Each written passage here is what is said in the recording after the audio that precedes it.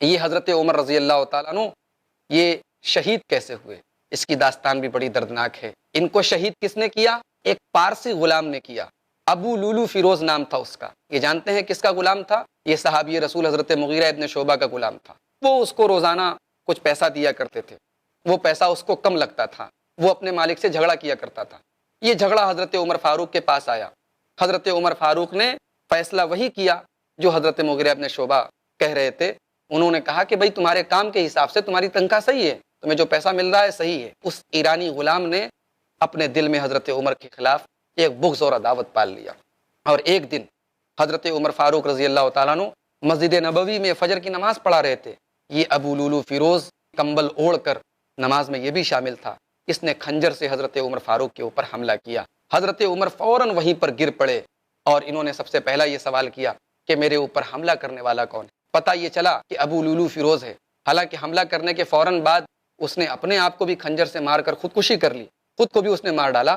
لیکن جیسے ہی ان کو یہ معلوم ہوا کہ کسی کافر نے ان کو مارا ہے، انہوں نے فوراً اللہ کا شکر ادا کیا کہ اللہ کا شکر ہے کہ اللہ نے کسی مسلمان کے ذریعے مجھے قتل نہیں کروایا۔ اس کے بعد طبیب لوگ آئے، ڈاکٹر لوگ آئے، ڈاکٹروں نے ان کو دوائیں تجویز کی اور دوائیں ان کے منہ میں ڈالی جا رہی ہیں، لیکن وہ ساری دوائیں ان کے جو ناف کے پاس جو زخم تھا اس زخم سے باہر نکل رہی، کوئی دوا کام نہیں کر رہی ہے۔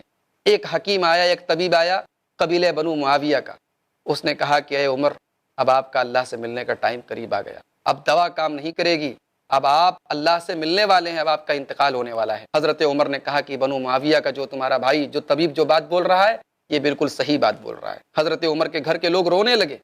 حضرت عمر نے منع کیا کہ کیا تم نے اللہ کے نبی صلی اللہ علیہ وسلم کی وہ حدیث نہیں سنی ہے، ان المیت لیعذب ببکاء اہلہ، مرنے والے کے جب گھر والے روتے ہیں تو اس کی وجہ سے مرنے والے کو تکلیف ہوتی ہے۔ محترم ناظرین کرام، اس طریقے سے 10.5 سال خلافت کرنے کے بعد اس امت کا یہ سورج غروب ہوا۔ حضرت عمر فاروق رضی اللہ تعالیٰ عنہ کا انتقال 1 محرم سن 24 ہجری کو ہوا۔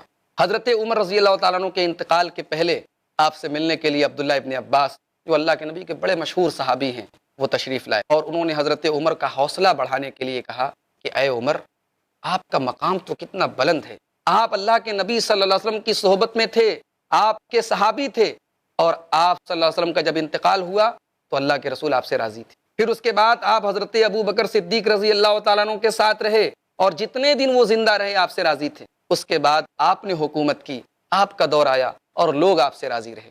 حضرت عمر کیا جواب دیتے ہیں؟ کسی غلط فہمی کے شکار نہیں ہوتے کہ چلو میری تعریف ہو رہی ہے، میرے قصیدے پڑھے جا رہے ہیں۔ کہتے ہیں یہ اللہ کا فضل تھا کہ اللہ کے نبی کی زندگی میں اللہ کے نبی مجھ سے راضی تھے، یہ اللہ کا فضل و کرم تھا کہ ابو بکر صدیق مجھ سے راضی تھے، لیکن پھر مجھے تمہارے جیسے لوگ ملے اور پھر معاملہ گڑبڑ ہو گیا۔ حضرت عمر کہتے ہیں ارے میں تو یہ چاہتا ہوں کہ میرا معاملہ برابر سرابر پر چھوٹ جائے، جب قیامت کے دن نیکیوں کو تولا جائے، جب گناہوں کو تولا جائے، جب میزان رکھا جائے، تو عمر یہ نہیں چاہتا کہ عمر کی نیکیوں کا پلڑا بھاری ہو جائے، عمر کی نیکیاں زیادہ ہو جائیں۔ ارے عمر تو اتنی ہی کو کافی سمجھتا ہے کہ عمر کی نیکیاں اور برائیاں برابر ہو جائیں۔ محترم ناظرین کرام، آپ اندازہ لگائیے کیسی ہستی ہے اور اللہ کا کیسا ڈر ان کے دل میں، ان کے قلب میں موجود ہے۔ اللہ تبارک و تعالیٰ سے ہم یہ دعا کرتے ہیں کہ اللہ ان سے راضی ہو اور ان کے نقش قدم پر آج ہمیں اور مسلمانوں کے تمام حکمرانوں کو ان کے نقش قدم پر چلنے کی توفیق عطا فرمائے۔